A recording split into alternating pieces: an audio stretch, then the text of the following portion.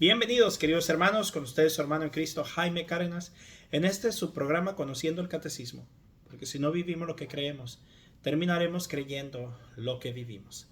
Empezamos en el nombre del Padre, del Hijo y del Espíritu Santo. Amén. Gracias te damos, Señor Jesucristo, alabamos y bendecimos tu nombre. Te doy el poder, la gloria y la majestad. Bendito seas, Dios mío. Envía tu Espíritu Santo y danos la sabiduría para entender la santa palabra de nuestra Madre la Iglesia, la explicación de las Sagradas Escrituras, que es el Catecismo, la interpretación de la doctrina, y te ruego que nos des la virtud de poderlo aplicar a veces donde más cuesta. Te rogamos, Señor Jesucristo, todo esto por la intercesión de nuestra Madre Santísima, en el nombre del Padre, del Hijo y del Espíritu Santo. Amén.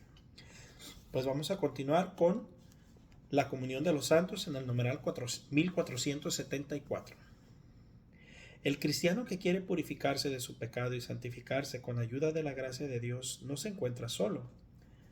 La vida de cada uno de los hijos de Dios está ligada de una manera admirable en Cristo y por Cristo con la vida de todos los otros hermanos cristianos. En la unidad sobrenatural del cuerpo místico de Cristo, como en una persona mística. Numeral 1475. En la comunión de los santos, por consiguiente, existe entre los fieles, tanto entre quienes ya son bienaventurados como entre los que espían en el purgatorio o los que peregrinan todavía en la tierra, un constante vínculo de amor y un abundante intercambio de todos los bienes. En este intercambio admirable, la santidad de uno aprovecha a los otros, más allá del daño que el pecado de uno pudo causar a los demás. Así, el recurso de la comunión de los santos permite al pecador contrito estar antes y más eficacemente purificados de las penas del pecado. Numeral 1476. Estos bienes espirituales de la comunión de los santos los llamamos también el tesoro de la Iglesia, que no es suma de bienes, como lo son las riquezas materiales acumuladas en el transcurso de los siglos, sino que es el valor infinito e inagotable que tienen ante Dios las expiaciones y los méritos de Cristo nuestro Señor, ofrecidos para que la humanidad quedara libre del pecado y llegase a la comunión con el Padre. Solo en Cristo Redentor nuestro Señor se encuentra en abundancia las satisfacciones y los méritos de su redención. Ven que la Iglesia siempre enseña que es Cristo, Cristo, Cristo. La indulgencia de Dios se obtiene por medio de la Iglesia. Numeral 1478. Las indulgencias se obtienen por la Iglesia, que en virtud del poder de atar y de desatar que le fue concebido por Cristo Jesús, interviene en favor de un cristiano y le abre el tesoro de los méritos de Cristo y de los santos para obtener del Padre de la misericordia la remisión de las penas temporales debidas por sus pecados. Por eso la Iglesia no quiere solamente acudir en ayuda de este cristiano, sino también impulsarlo a hacer otra obra de piedad, de penitencia y de caridad. Numeral 1479. Puesto que los fieles difuntos en día de purificación son también miembros de la misma comunión de los santos, podemos ayudarles entre otras formas obteniendo para ellos indulgencias de manera que se vean libres de las penas temporales debidas por sus pecados. Por eso decimos que nuestra iglesia es trinitaria, la iglesia militante, la iglesia purgante y la iglesia triunfante. La iglesia triunfante nos ayuda a nosotros aquí en la milicia que tenemos, y nosotros los militantes le ayudamos a las almas purgantes, y así sucesivamente hacemos ese círculo de amor. La celebración del sacramento de la penitencia. Numeral 1480. Como todos los sacramentos, la penitencia es una acción litúrgica.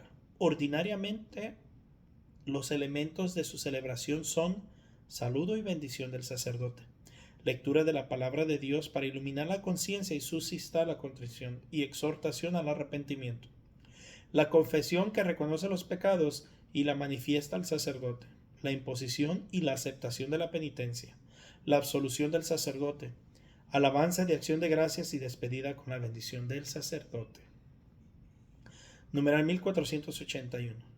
La liturgia bizantina posee expresiones diversas de absolución, en forma deprecativa, que expresan admirablemente el misterio del perdón, que el Dios que por el profeta Natán perdonó a David cuando confesó sus pecados y a Pedro cuando lloró amargamente, y a la pecadora cuando derramó lágrimas sobre sus pies, y al publicano y al pródigo, que este mismo Dios, por medio de mí pecador, os perdone en esta vida y en la otra, que os haga comparecer sin condenaros en su terrible tribunal, el que es bendito por los siglos de los siglos. Amén. Qué bonita expresión usan en la liturgia bizantina. Numeral 1482. El sacramento de la penitencia puede también celebrarse en el marco de una celebración comunitaria, en la que los penitentes se preparan a la confesión y juntos dan gracias por el perdón recibido. Así, la confesión personal de los pecados y la absolución individual están insertadas en una liturgia de la palabra de Dios, con lecturas y homilías, examen de conciencia dirigido en común, petición comunitaria del perdón, rezo del Padre Nuestro y acción de gracias en común. Esta celebración comunitaria expresa más claramente el carácter eclesial de la penitencia. En todo caso, cualquiera que sea la manera de su celebración, el sacramento de la penitencia es siempre por su naturaleza misma una acción litúrgica, por tanto, eclesial y pública.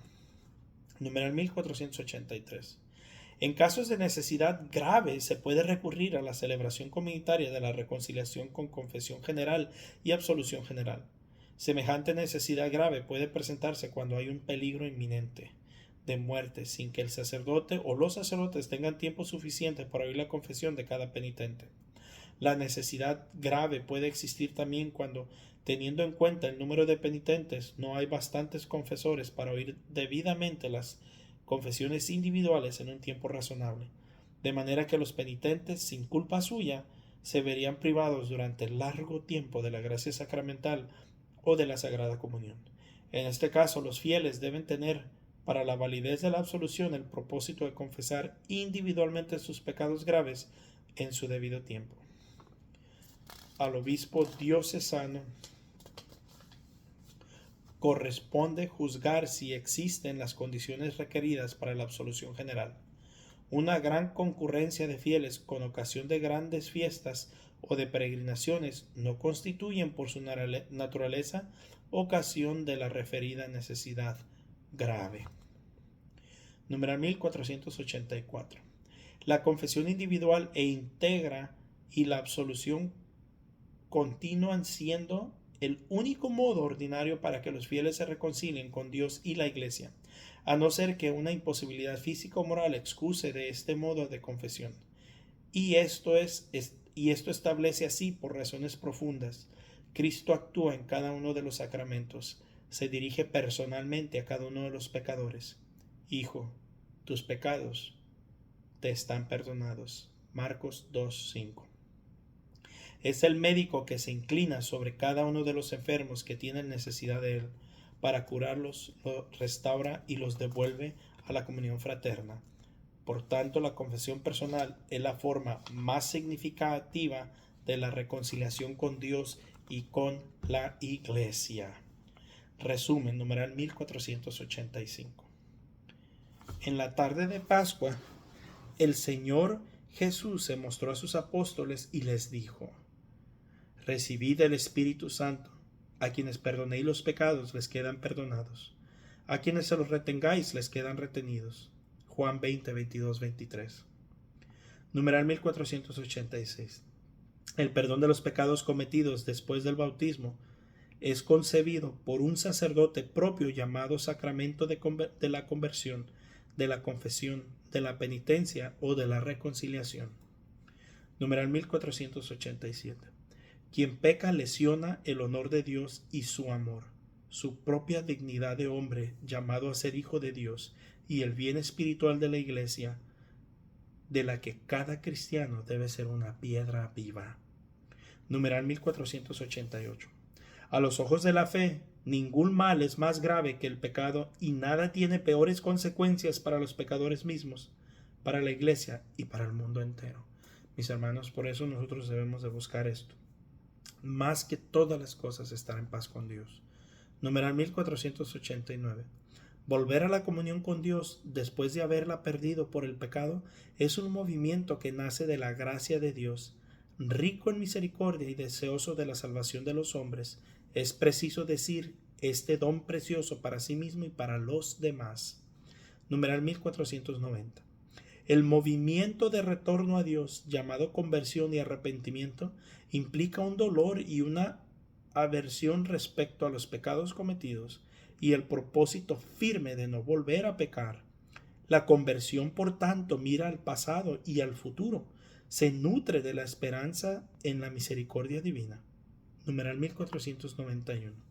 El sacramento de la penitencia está constituido por el conjunto de 3 actos realizados por el penitente y por la absolución del sacerdote. Los actos del penitente son el arrepentimiento, la confesión o manifestación de los pecados al sacerdote y el propósito de realizar la reparación y las obras de penitencia. Numeral 1492. El arrepentimiento, llamado también contrición, debe estar inspirado en motivaciones que brotan de la fe. Si el arrepentimiento es concebido por amor de caridad hacia Dios, se le llama perfecto. Si está fundado en otros motivos, se le llama imperfecto. Numeral 1493. El que quiere obtener la reconciliación con Dios y con la Iglesia debe confesar al sacerdote todos los pecados graves que no ha confesado aún y de los que se acuerda tras examinar cuidadosamente su conciencia. Sin ser necesaria de suyo la confesión de las faltas veniales, está recomendada vivamente por la Iglesia. Numeral 1494.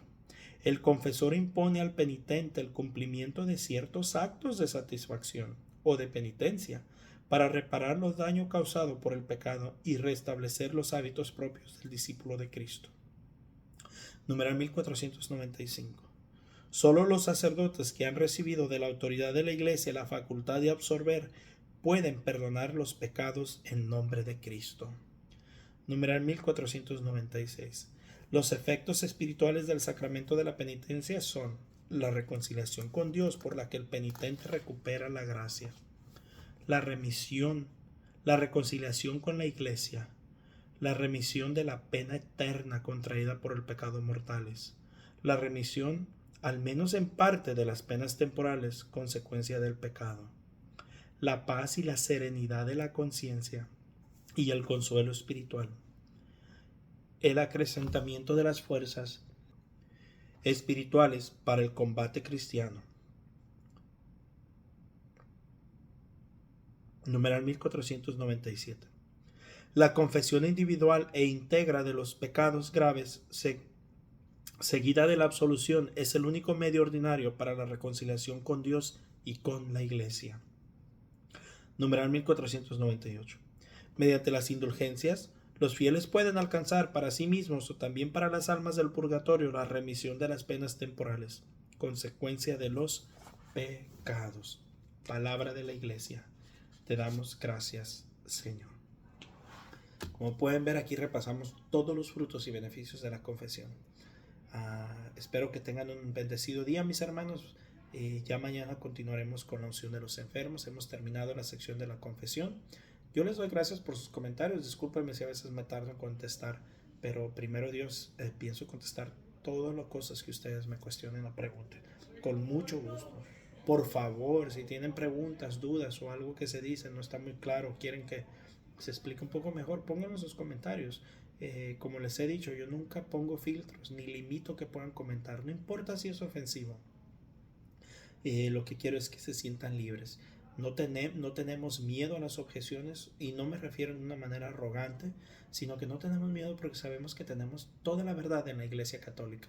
Así que siéntanse libres, pregunten lo que sea, aunque yo no tengo todas las respuestas, pero sí sé dónde encontrarlas